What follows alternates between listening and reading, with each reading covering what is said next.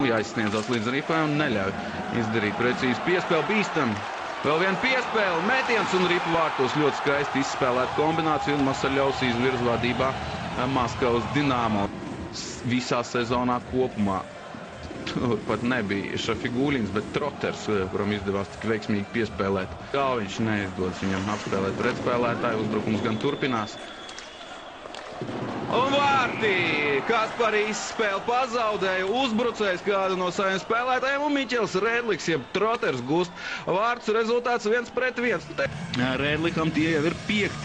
vārti šajā sezonā, 9. rezultāts punkts un arī 9. minūte cīņa pie apmales. Miķels Rēdliks nostam malā pretspēlētāja, Galviņš piespēle uz priekšu un Lauris Dārziņš atspēle atpakaļ. Troters vārti! Kaspars skaistiem vārtiem, Lauris Dārziņš, Troters, un izskatījās, ka Miķels izdarīja šo pirmo piespēli. Redzēsim atkārtojumā 2-1 ātrajā pretuzbrukumā Rīgas Dinamo izvirzās vadībā.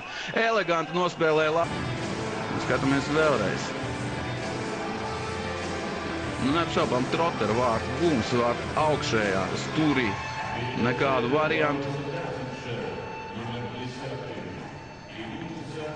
Un Guntim Karamnovs ar Ankipāns netrāp. Vēl viens metiens, atlec ripa metiens, garām vārtiem Hartigans. Garām vārtiem aizmet Hartigans. Nu kā tad tā, Hartiganam vismaz otrā. Pats Marks neizdevās, skatāmies vēlreiz. Ļoti spēcīgs metiens, ripa atlec un Hartidzības zonā. Tagad izdodas iziet ārā no zonas. Garavikovs ar vien biežāk un biežāk Garavikovs. Nu, kāda būrzma šeit vārtu priekšā. 7, 8 spēlētāji vārtu priekšā, bet izstumt vārtu kļūdījās Telkvists izgājienā. Par to Riptā arī neizdarīja. Skatāmies vēlreiz. Šeit labu Garavs nospēlēm, pēc tam Telkvists saskariens ar Jakabu Rēdliku. Augstasinīgi. Precīzi piespēle Hartiganam. Hartigans un ripa nav vārtos. 1-1 izgājums. Ņiživīs vēl viens metiens.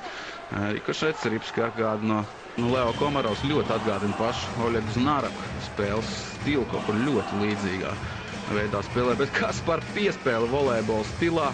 Un lūk, kā Hartigans arī aptur ripu. Bet pārspēt